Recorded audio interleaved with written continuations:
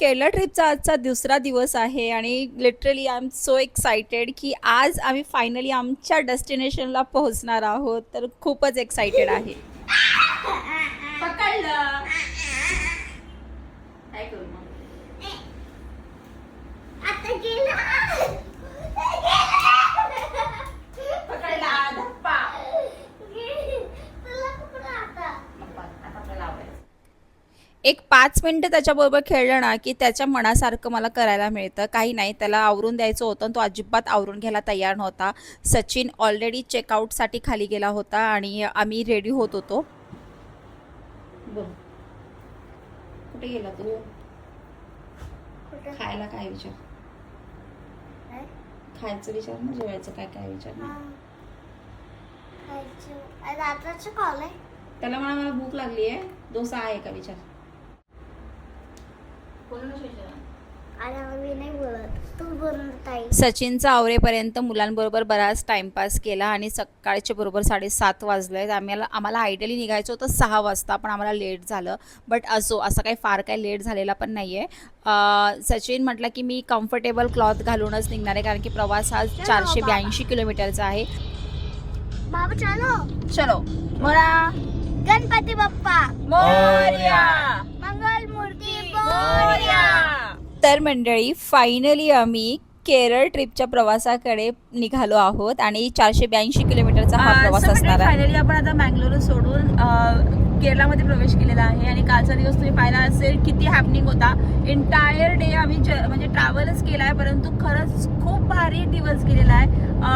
Quality time तुम्ही म्हणू शकता. ही जर्नी खरंच खूप भारी होती आणि हेक्टिक असं कुठेही वाटलं नाही. इतकी उष्णता आहे बाहेर, पण मस्त एकदम छान प्रवास झाला.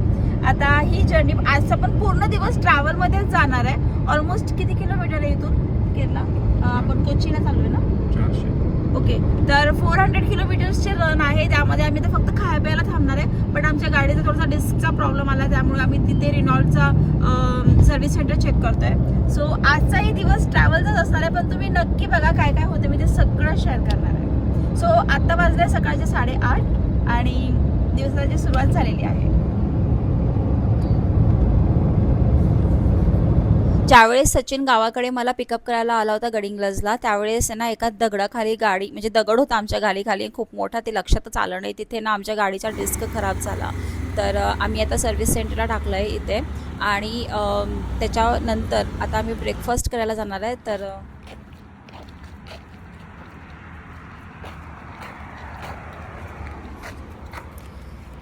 काय हा नवा अनुभव आहे. असं म्हणजे एक वेळा असं वाटतंय की नाही गड्या, आपण अजूनही कोकणातच आहे, असं काही फार वेगळं नाही आहे, परंतु नारळाची झाडं खूप जास्त आहे. सेम कोकणवाली फिलिंग आहे. करायला निघालो आहे. तर ह्युमिडिटी आहे नेहमी सारखी, कालच्यासारखीच आहे. वैष्णवी तर पूर्ण जर्नीमध्ये झोपूनच आली आहे. तिला कळालं पण नाही की आम्ही केरळमध्ये कधी पोहोचलो. आता पण तिला झोप येते. सगळीकडे लाल माती आहे बघा, असं वाटतं आपण कोकणमध्येच आहे.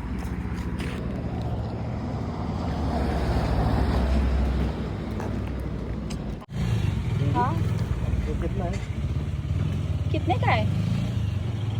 हिंदी अरे देवा, त्यांना हिंदीच येत नाही. Kannada Canada only. How much?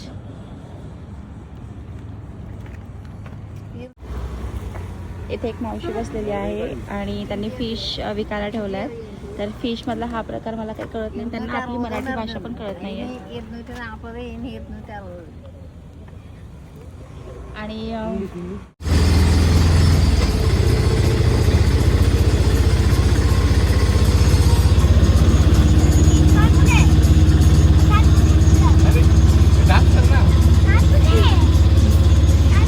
Car गेली, कार विकली आपण, कार विकून आपण ऑटो घेतली. हा,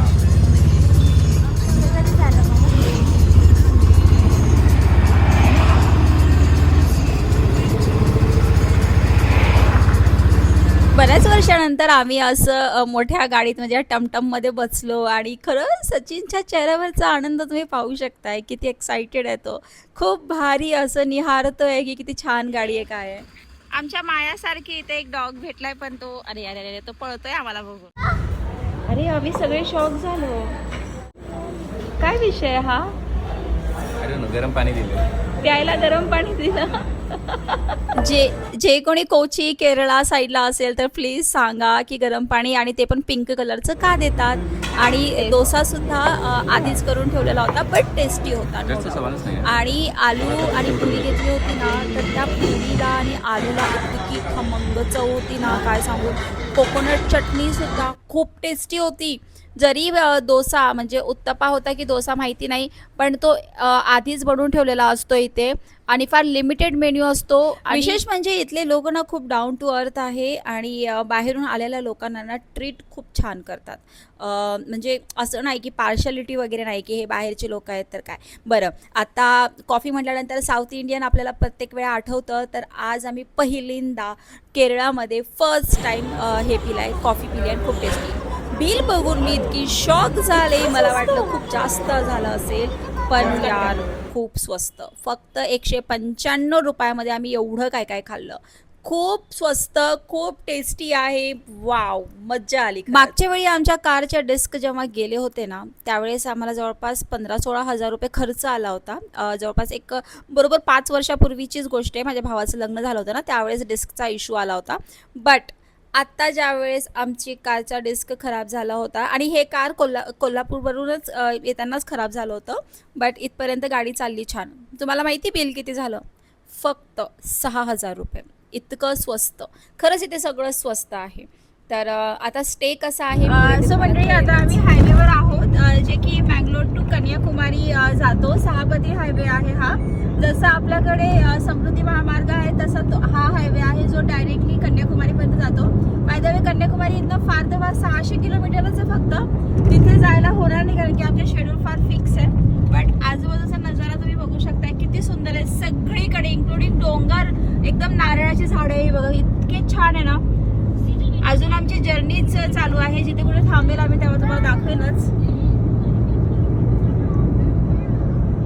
मस्त एकदम. या हिरोचं नाव मला माहिती नाहीये पण आपल्याकडे जसं सलमान खान शाहरुख खान अमिताभ बच्चन आहे ना तशाच पद्धतीचे इथलेच काही 4-5 हिरो आहेत. त्यांच्या सगळ्या लोकांचे बॅनर्स आम्ही पाहिले. खूप खूप बॅनर लावले होते मोठमोठे. त्यानंतर झुडिओ दिसला आणि सचिनसाठी मला काही आउटफिट्स घ्यायचे होते लाईक कम्फर्टेबल आउटफिट थोडेसे बरमुडा असं ह्याच टाईपचे घ्यायचे होते. मागच्या वेळी मी घेतले होते ते 2च घेतले होते पण ते सफिशियंट नाही आहे आणि 1-2 पॅन्ट आम्ही घरी विसरलो म्हणून झुडिओमध्ये आलो आणि सचिनसाठी 3 शॉर्ट्स वगैरे आणि टी शर्ट वगैरे घेतले आणि लगे हात मी सुद्धा डाव मारला आणि माझ्यासाठी 1-2 गोष्टी घेतलेल्या आहेत ते तुम्हाला पुढे दाखवतेच बघा. तर हे आहे 899ला म्हणजे 900ला मला हा ड्रेस पडला. प्युअर खादीचा आहे. कॉटन आहे. खूप मस्त आहे. खाली डेनिम पण घालू शकते आणि हा एक टॉप आणि प्लाझो घेतलेला आहे. तर हे पण खूप छान आहे. तर असं घेऊन आम्ही फायनली आलो एका ठिकाणी आणि तिथे आम्ही जेवण करायचं म्हटलं तर एकदम चिकन दम बिर्याणी प्राउन्स बीफ आणि खुले आम इथे बीफ विकतात. तर मे बी इथलं असेल स्पेशालिस्ट पण आम्ही तिथे नाही खाल्लं. त्यानंतर आम्ही एका फेमस रेस्टॉरंटला आलो. तिथे जाऊन आम्ही मग चिकन तंदुरी केरलाचा फेमस मालाबार परोठा किंवा केरला परोटा तुम्ही जे म्हणू शकता ते कारण तिथे थोडं प्रनाऊन्स वेगळं असतं. तर चिकन ग्रेव्ही प्युअरली अशी केरला स्टाईलमध्ये होती. खूप टेस्टी. खरं सांगू का तर इथलं जेवण खरंच स्वस्त पण आहे आणि टेस्टी पण खूप आहे. हा आमचा आजचा दुसरा अनुभव होता केरलामध्ये खायचा. तर खूप टेस्टी होतं जेवण आणि चिकनसुद्धा जबरदस्त यमी होतं. आधी ते बहुतेक तंदुरीमध्ये करून घेतलं असेल आणि त्यानंतर कोकोनट ग्रेव्ही होती आणि कढीपत्त्याचा फ्लेवर भरून होतं. छान जेवण झालं. तृप्त झालं एकदम. पराठा पण खूप म्हणजे परोठा त्यांचा खूपच हेवी होता. त्यानंतर इथे बघा गाडीमध्ये बसलो आणि तुम्ही पाहू शकता इथे भांडणं लागलेली आहे मुलांची. हे तुम्हाला भांडणं कंटिन्यू पाहायला मिळणार आहे.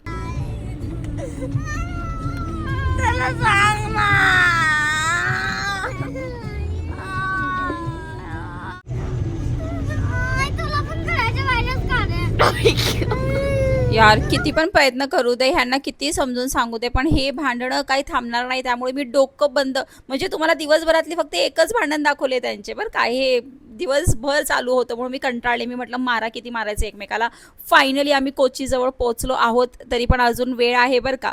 पण तुम्ही केरलावाली वाईब पाहू शकताय किती भारी आहे. इथला टोल प्लाझा बघूनच मी खूप खुश झाले की इतकं छान आहे. तर पुढे अजून काय काय असणार आहे. तर बाहेर जो आकाश आहे ना तुम्ही पाहू शकता किती क्लिअर आहे. जरी बाहेर पाऊस पडत असला तरी खूप आपल्या रूमला काय नाही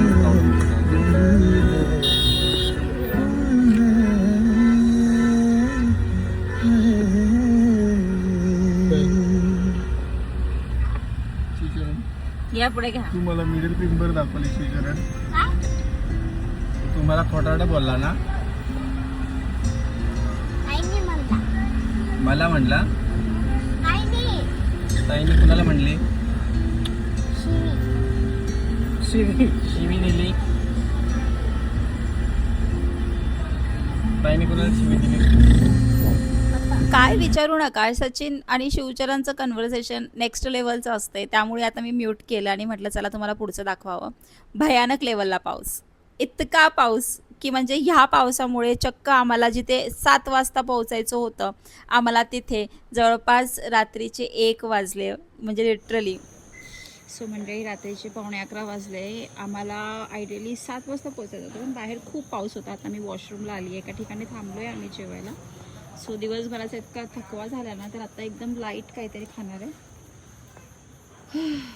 वॉशरूम तर इतक्या अशा ठिकाणी आहे ना की मला जाम भीती वाटते मम्मी.